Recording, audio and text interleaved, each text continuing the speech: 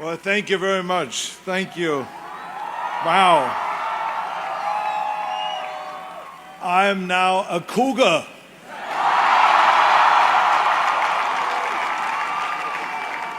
Whose house? Whose house? Whose house? And let me try that, huh?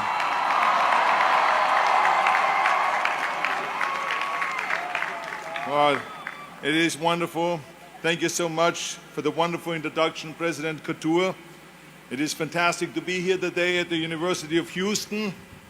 And thank you also for the great work that you are doing on behalf of all of those students. Let's give a big, big hand for the wonderful work that your President Couture is doing here at the university.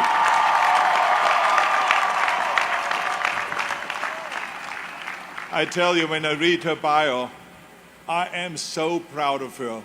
What a great immigrant. How many great contributions she makes to this university, to this state, and to this country.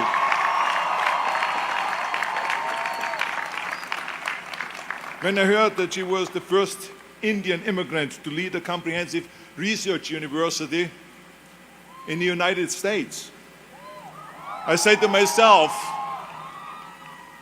I'm going to hit it off really well with her. And the reason is because I love going to places where I'm not the only one with an accent. But seriously, I'm proud to be introduced by a fellow immigrant. And the students are very lucky here to have such a fantastic and talented leader. I also want to say thank you to the faculty. You have spent years teaching the students, inspiring them, and occasionally even arguing with them. But none of them will be here without you. So a big hand to the faculty.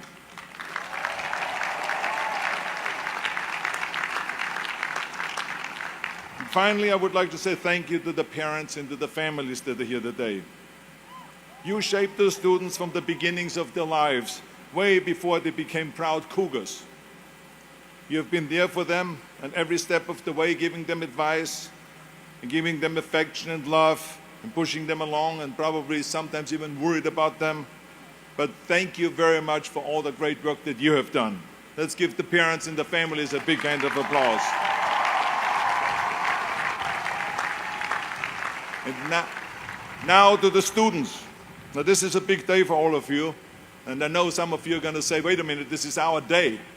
Why is Schwarzenegger thanking everyone here in Houston? When is he going to get to us? Well, first of all, congratulations to all of you. I know that it took a huge vision, great vision, and a lot of work and a lot of studying, and there's no one that can study for you. You have to do that yourself. So I just want you all to know that I am very, very proud of all of you. Thank you for the great work that you have done.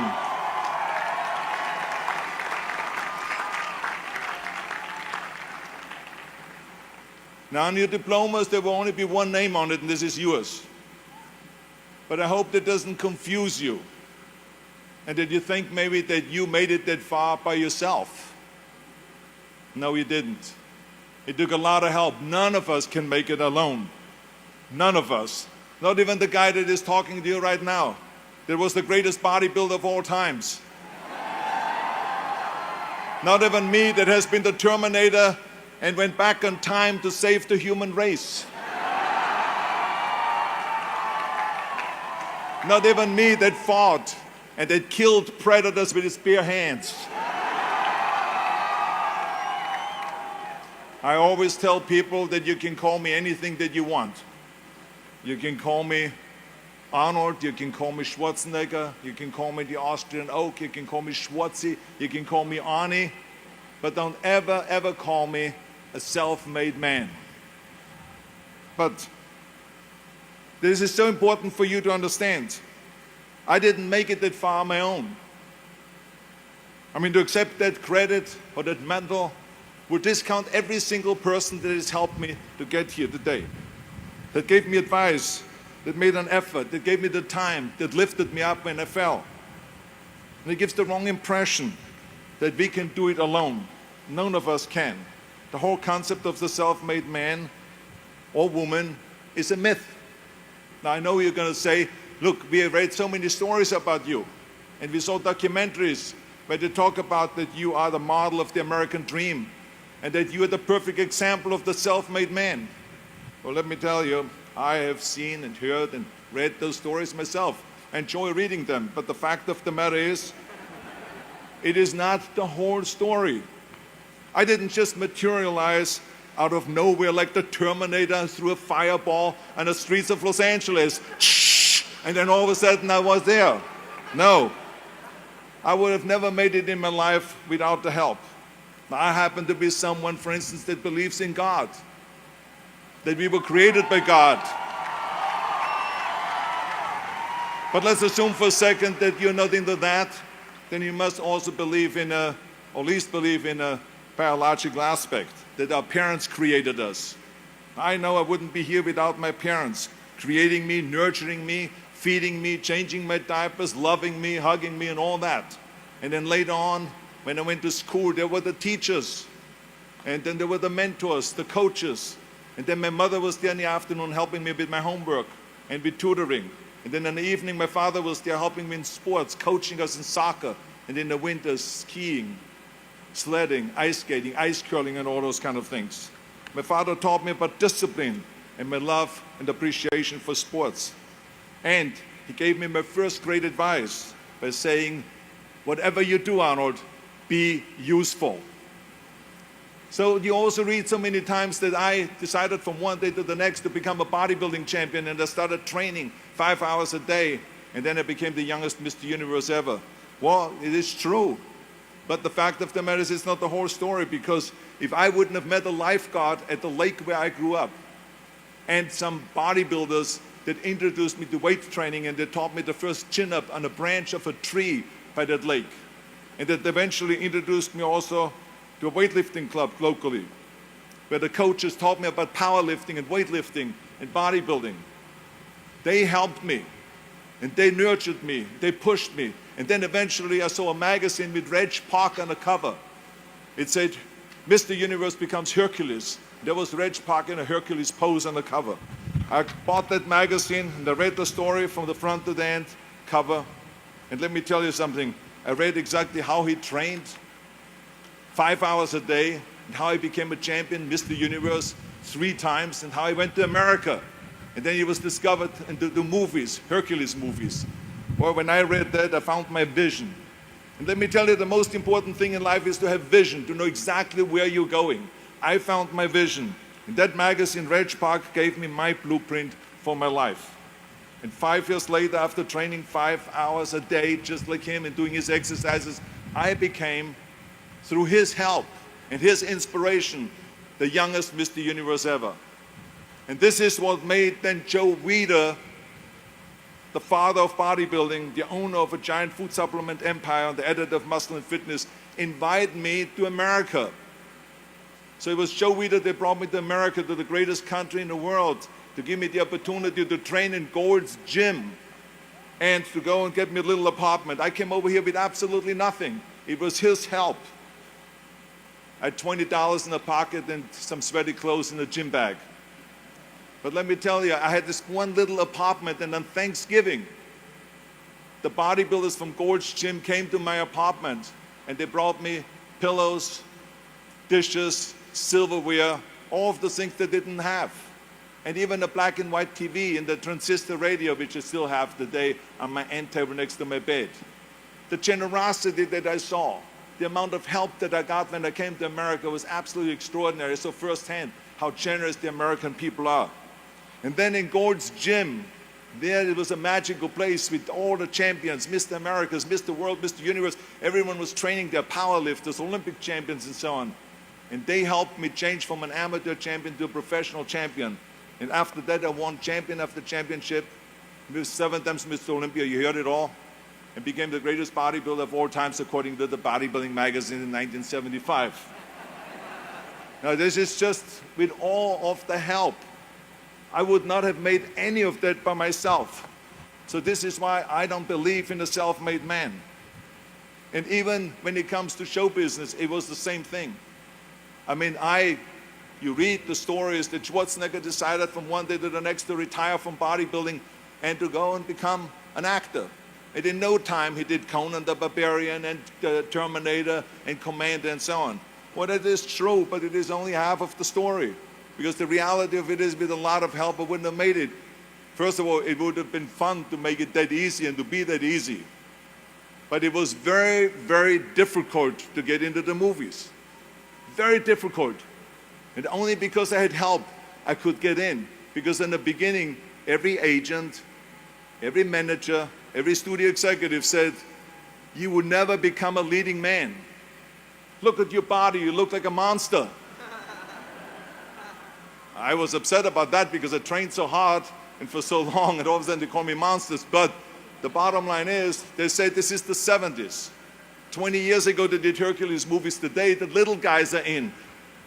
Dustin Hoffman, Al Pacino, Woody Allen. Those are the sex symbols of the 70s. Don't you understand it? I said, oh my God, oy vey. I mean, but they even belittled me with my accent. They said, look the way you talk, I have to be very honest, I don't want to offend you, but you give me the creeps with your accent, with that German accent. It's scary. He says, maybe we can get you a job in Hogan's Heroes, in that TV show, to play a Nazi officer. And plus your name, Schwarzen, Schnitzel, or whatever it is. Yeah, I can see that already up there on the billboard. And people running in because of the name. So the bottom line was, it was very, very difficult, but only because I decided not to listen to the naysayers, and because I decided to work as hard as I did in bodybuilding, to take acting lessons, to take voice lessons, English lessons, speech lessons, and accent removal lessons. Now I know you're gonna say, get your money back, Arnold. But the bottom line is, I ran around, the fine wine grows on a vine. Because the Germans always had difficulties with the F and the W and the V. A fine wine grows on a vine, and then the sink is made out of zinc, and all of those kind of things. So I did this thousands of times, and eventually it worked. I started getting little parts, then I started getting bigger parts, and then eventually, even though it was very difficult, it was Dino De Laurentiis and Ed Pressman that came to me with Conan the Barbarian. And if they wouldn't have helped me to get that part, I would not have broken through and become a leading man. This movie came out, they spent $20 million, which in today's terms is around $200 million on that movie. It was #1 in the box office. That was for me the big breakthrough. And at the press conference, the director even said, if we wouldn't have Schwarzenegger, we would have had to build one. Because I was the only one that could act and had a body like that for Conan the Barbarian. And then, of course, there was James Cameron, the director Terminator. When Terminator came out, James Cameron said the reason why Terminator worked was because Schwarzenegger talks like a machine. Now, I don't know if I should take this as a compliment or what, but I mean, the bottom line is, it was the two things that the studio executive said would be a big liability, became big assets. And my career took off.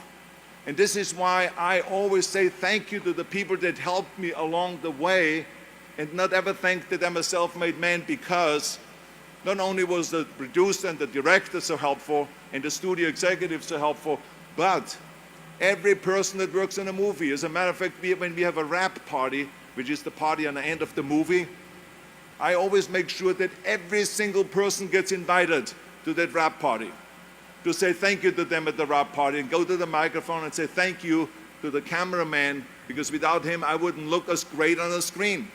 To the makeup person, to the visual effects person, to the stunt people, the stunt coordinator, the cable pullers, craft services, and the list goes on and on and on. There's 280 people that work on a movie that make you look great on that screen. So how can I say I'm a self-made man? So this is why it is important for all of us to recognize, and this is why I tell you, and every step of the way I had help. Even when I ran for governor, people say, yeah, one day he decided to run for governor and to take over the 6th largest economy in the world. No, this is not the way it was. Yes, I took over, and yes, I won the governorship, but if it wouldn't have been for Jay Leno, who hosted the Tonight Show, who I called a week before and I said, I want to announce my candidacy on your show, on the Tonight Show, because I want to sell myself as an outsider. because the people in California are sick and tired of the typical politician. So he said to me, and he was a great friend, he says, yes, I'm going to help you with that. And I had announced, without anyone knowing, on August 6th, on the Tonight Show, my candidacy. And he even organized 100 journalists from politics to sit in the back when I announced my candidacy. So this is the kind of help I got. And from then, of course, I didn't even have a team yet. People came out of nowhere and they started helping, organizing with the campaign and with fundraising and with communication and with all of those things. And I became 2 months later the governor of the state of California. But it took a lot of help. And I have to say that it is important to acknowledge that, because people make it always sound that you did all this yourself. I didn't. I did it with a lot of help. Yes, I was determined. Yes, I never listened to the naysayers. Yes, I had a great vision. Yes, I had the fire in the belly and all of those things, but I didn't do it without the help. And even when you then say Schwarzenegger did the most unbelievable environmental laws in California, well, guess how laws are done? It took the legislators, 120 legislators, to negotiate for weeks and months at the time, and then to send down legislation, and then you sign that. So you need that help too. So I had a lot of help along the way, and this is why it is so important for all of you to recognize that. And the biggest help, of course, I got was from America. If I wouldn't have come to the United States, if I would have come to any other country, I would not have had the success. I mean, America has proven not only to be the land of opportunity image-wise, but America has proven to be the greatest country in the world where anyone can make it. This is why I always tell people, none of my careers would have happened if it wouldn't be for the United States of America.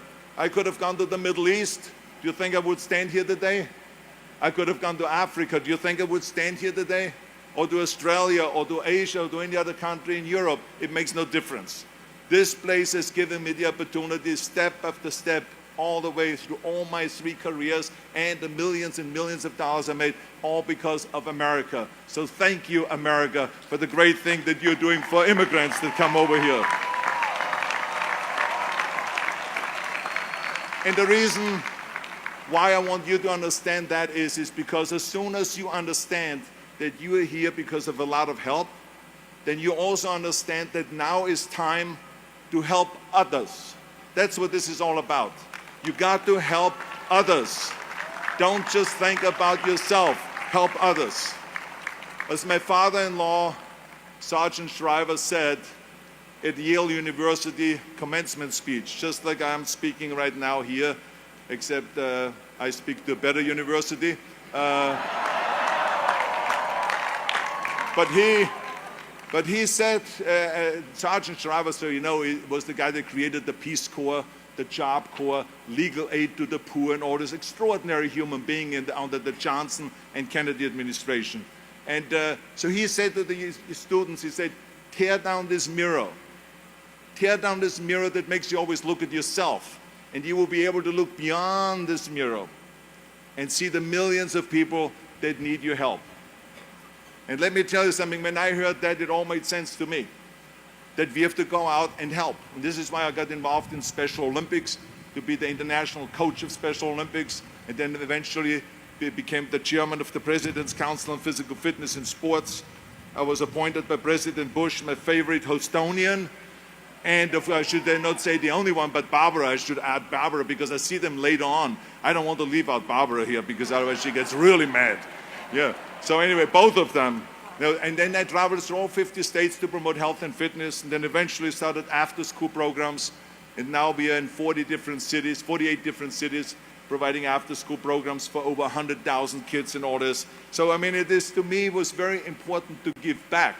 And also to go, every time I travel around the world, to go to military bases and to visit our brave men and women that save us, that protect us, to say thank you, thank you, thank you to them anywhere in the world that I travel. So it is important to recognize that. So all I'm saying is, it is my challenge to you today to go ahead and to celebrate your accomplishments. And you should.